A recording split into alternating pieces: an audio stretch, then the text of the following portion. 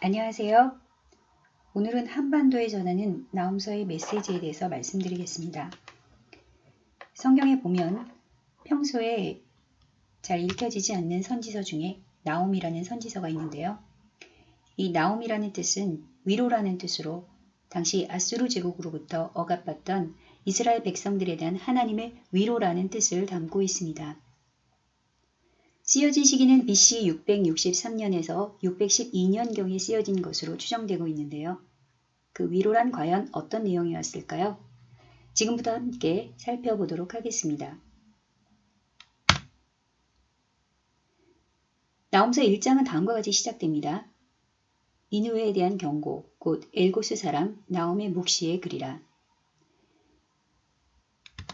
니느웨란 도시는 지금의 이라크 티그리스 강과 유프라테스 강 사이에 위치한 유명한 고대 도시로 현대에는 이라크 모술이라는 이름으로 존재합니다. 창세기 10장에 의하면 니므롯이라는 하나님께 반역한 최초의 왕이 나오는데요.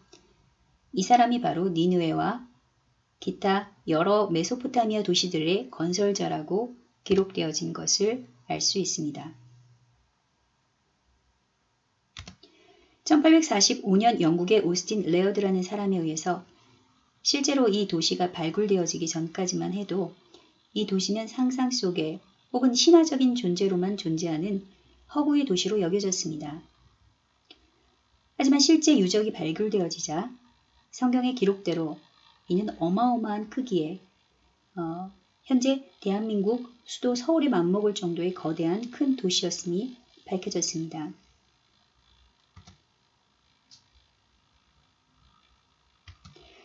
니느웨는 히스기야 왕 때 남유다를 침공했다 천사 한 명에 의해서 18만 5천이 하루아침에 송장이 되어 본국에 돌아가서 암살된 것으로 유명한 사네립 왕, 그리고 아수르 멸망 전에 마지막 부흥을 이끌고 사자들을 맨손으로 사냥할 정도로 강력했던 대왕 아수르 바니팔 2세에 의해서 급부상했던 아수르 제국 제1의 수도였습니다. 성경 속 니느웨에 대해서 예언한 두 명의 선지자가 나오는데 바로 요나와 나훔입니다. 두 사람의 예언으로 니느웨라는 도시는 100년에서 약 120년 정도의 시간차를 두고 서로 정반대의 운명을 맞이하게 되는데요. 요나의 심판에 대한 예언을 듣고 니느웨 백성들은 왕부터 백성, 심지어 짐승들까지도 금식과 회개를 하면서 죄에서 돌이켜서 심판을 면하고 구원을 받고 이후 부흥해서 아수르 제국은 다시 세계 최강국으로 부상하게 됩니다. 반면 120년 후에 나훔의 심판에 대한 예언은 반전 없이 그대로 돌이킬 수 없는 처참한 심판과 멸망으로 성취되게 됩니다. 사진에서 볼 수 있듯이 발굴된 니느웨 성 유적은 현재까지 성벽이 불탄 흔적이 그대로 남아있을 만큼 그을린 처참한 모습을 보여주고 있습니다. BC 7세기까지만 해도 세상에 대적할 수 있는 어떠한 적도 찾을 수 없던 막강한 세계 최대 제국 아수르. 그 아수르에 대해서 나훔이 전하는 하나님의 메시지의 핵심 키워드는 이 3절에서 볼 수 있듯이 한마디로 보복, 즉 복수하시는 하나님이었습니다. 하나님께서는 노하기를 더디하시지만 벌받을 자를 결코 그대로 내버려두지 않으신다는 것입니다. 이 메시지야말로 아수르에 의해서 부당하게 억압받던 이스라엘에게는 복음 중의 복음, 복된 소식, 하나님의 진정한 위로가 아닐 수 없었던 것입니다. 그래서 나훔서 1장 15절은 그것을 아름다운 소식이라고 전하고 있는 것입니다.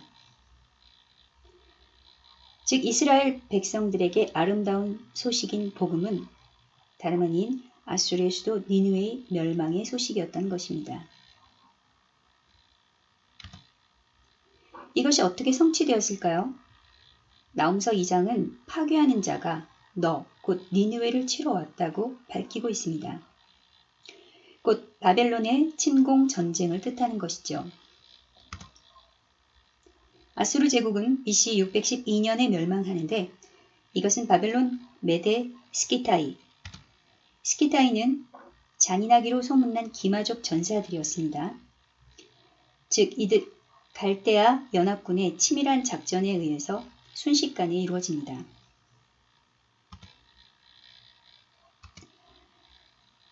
얼마나 이 전쟁이 급하게 일어났는지 성 안의 부자들이 귀중한 보물들을 우물 안에 던지고 도망가는 바람에 우물 안에서 값진 유적들이 한꺼번에 발굴되기도 했습니다.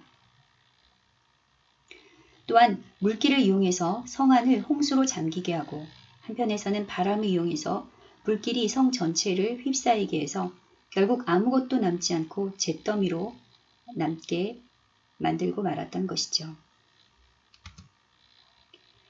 드라큘라의 1827년 작품입니다. 아수르 최후의 왕인 사르다나팔루스의 최후를 묘사한 작품인데 그는 적들에게 둘러싸이자 자신의 부인과 애첩들을 부하들을 시켜서 모두 살해하고 자살했다고 전해집니다. 나훔서 2장 13절의 말씀대로 아수르의 운명은 사냥감이 되어서 죽어가는 사자들처럼 그렇게 처참한 최후를 맞이하고 말았던 것입니다. 그렇다면 그들은 왜 이런 비참한 최후를 맞이해야 됐을까요?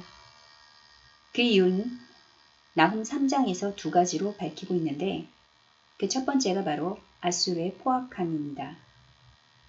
아수르 왕들의 취미가 산 사람들의 눈과 입술을 갈고리로 파고 뜯는 것이었다 그러죠. 정복민들의 머리를 잘라 도시의 한 산을 이룰 정도로 쌓아두고 사람을 산채로 피부를 벗겨서 죽일 정도로 잔인하고 포악성이 극에 달았다고 합니다. 두 번째는 아수르의 음란입니다.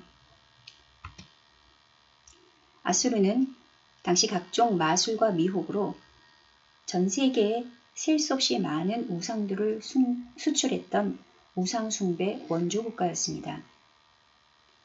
그로 인해 3장 전체에서 생생하게 묘사된 전쟁 장면처럼 니느웨는 그야말로 혹독한 심판을 받게 되었습니다.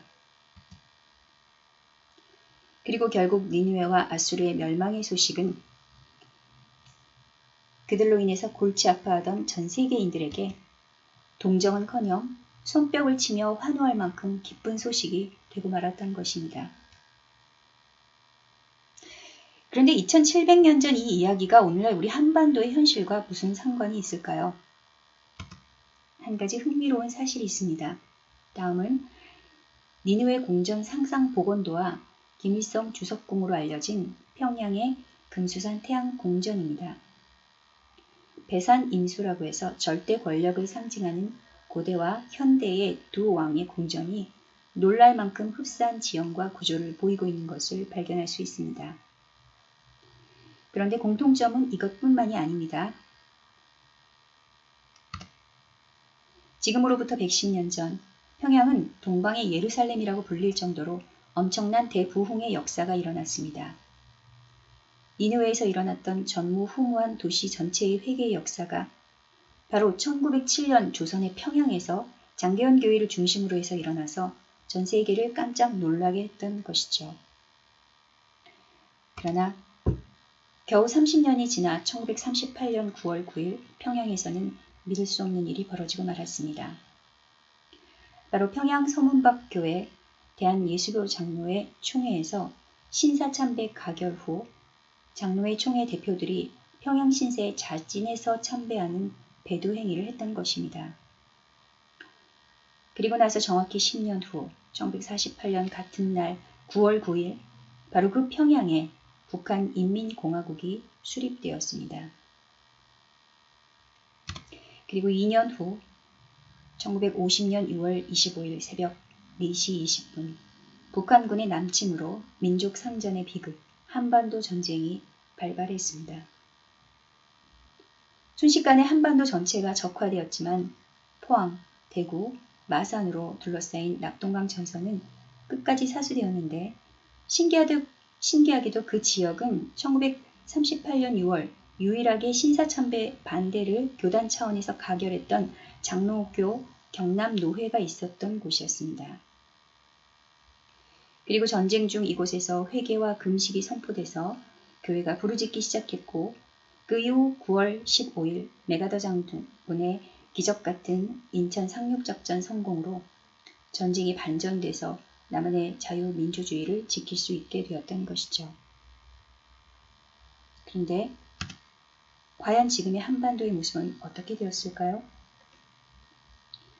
북한에서는 회개와 대부흥이 일어났던 역사적인 그 자리, 평양 장대원교회 자리에 이제는 인민의 태양을 자처하는 김일성 부자의 우상이 자리잡고 북한의 기독교 대표인 조선 그리스도교 연맹의 사역자들 입에선 당연하게 김일성 주석이 하나님이란 고백이 앵무새처럼 터져나옵니다. 그런가 하면 남한에서는 2013년 WCC 제10차 총회가 열린 부산에서 개막식 때 불교, 유교, 카톨릭, 기타 타 종교 지도자들이 함께 참석해서 예수 그리스도만이 유일한 구원의 길이라는 기독교에서 타 종교와 대화 모색이 주요 테마로 자리잡은 어처구니 없는 배도 행렬이 이어졌습니다. 나홈서의 메시지의 핵심은 이방이지만 한때 회개를 해서 심판을 면했던 도시, 즉 니느웨가 회개의 열매를 거두지 못하고 끝내 포악과 음란 이 두 가지 죄로 말미암아 결국 지도상에서 없어지고 마는 최종적인 심판을 받게 된다는 경고였습니다. 그런데 이 사실 또한 놀라울 정도로 한반도에 일치되어 나타나고 있습니다.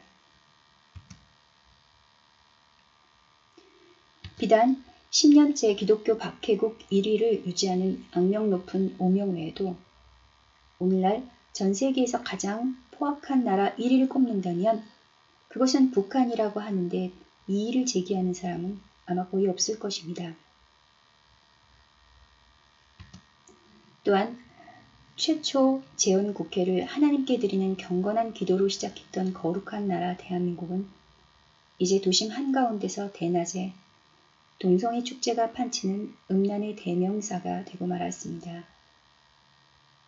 또한 동성애 반대를 부르짖는 교회에 대해 동성애자들이 교회 안의 성폭력부터 해결하세요라는 항변을 하는 것을 보면 거룩을 상실한 교회의 영향력이 얼마나 무기력해질 수 있는가를 반증하고 있습니다. 대한민국의 돈 숭배는 금송아지 바알 숭배를, 해외까지 수출되는 음란 문화는 아세라 숭배를 그대로 재현해내고 있습니다. 게다가 이제는 모든 종교가 합세해서 기독교, 천주교, 불교 지도자들이 한자리에 모여 수능 성공 기도회를 갖는 어처구니 없는 사태까지 이르고 말았습니다. 이제 하나님의 심판의 사이렌, 비상벨이 울리는 걸까요? 2017년 9월 3일 드디어 레드라인이라는 북한 6차 핵실험이 현실이 되었습니다.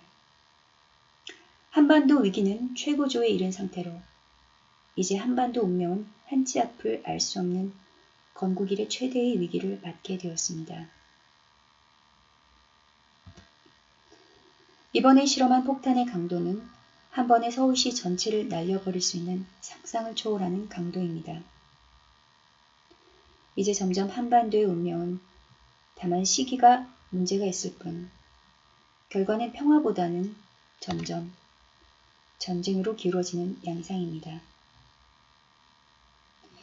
이러한 현상을 과연 어떻게 설명할 수 있을까요? 흥미로운 사실이 또 한 가지 있습니다. 마태복음 12장에 예수님께서 요나의 표적 이야기를 하시고 나서 바로 이어서 나오는 이야기입니다.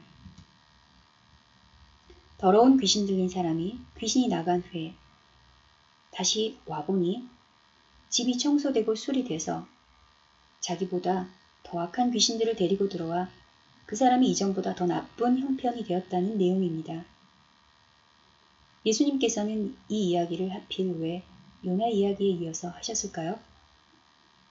그리고 이 악한 세대가 또한 이렇게 되리라는 것은 무엇을 의미하는 것일까요?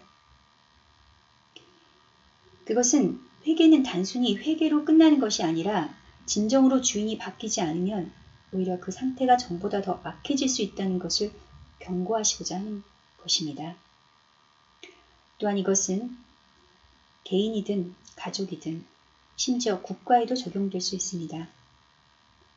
니느웨라는 도시가 한때 회개에서 놀라운 구원과 부흥을 맞이했지만 결국 그 주인이 바뀌지 않음으로 인해서 도시는 전보다 더 악한 도시로 전락했고 최종적으로는 심판을 위한 심판으로 지도상에서 완전히 소멸되는 비참한 운명을 맞이했다는 그 역사가 오늘날 우리에게 던지는 메시지는 무엇일까요?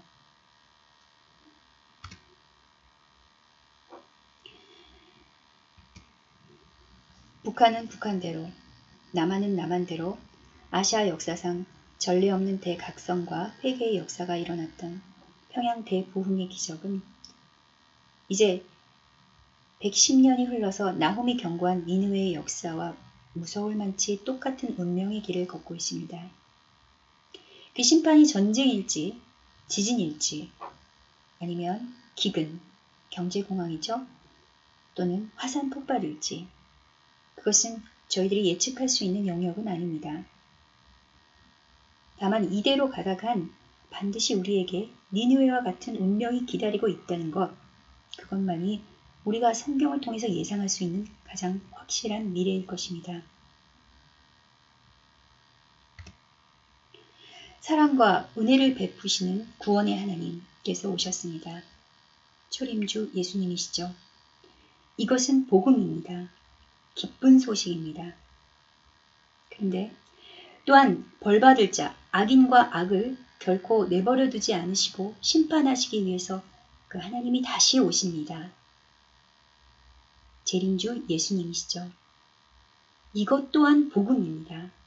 그리고 이것이 바로 나훔서가 말하는 아름다운 소식인 것입니다. 심판의 복음을 전하지 않는 복음은 반쪽짜리 복음입니다. 반쪽짜리 복음으로 완전한 구원에 이를 수는 없습니다. 악인은 어떤 식으로든지 진멸될 것입니다. 그러나 이 아름다운 소식이 정말로 아름다운 소식이 되기 위해서 가장 중요한 일이 무엇일까요? 그것은 바로 여러분과 여러분의 가족과 이 나라, 대한민국이 심판의 대상인 악인의 길에서 돌이키는 길일 것입니다. 그리고 그 회개에 합당한 열매를 맺는 길은 우리와 우리 가족과 우리 공동체가 이 대한민국의 참 주인, 이 대한민국을 세우신 하나님과 그분의 주권을 인정하며 그분께 돌아가는 길일 것입니다. 얼마 지나지 않아 곧 심판의 주님께서 다시 오실 것입니다.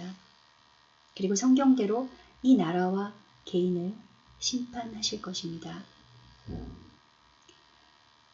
그날 그 심판대 앞에서 여러분은 여러분의 공동체와 이 나라를 위해서 무엇을 했는지 대답할 말이 준비되셨습니까? 지금 이 순간 여러분과 여러분의 가족과 이 대한민국의 진정한 주인은 과연 누구십니까? 이것이 바로 2700년 전 나훔 선지자가 오늘의 한반도에 전하는 긴급한 메시지, 곧 하나님의 경고인 것입니다.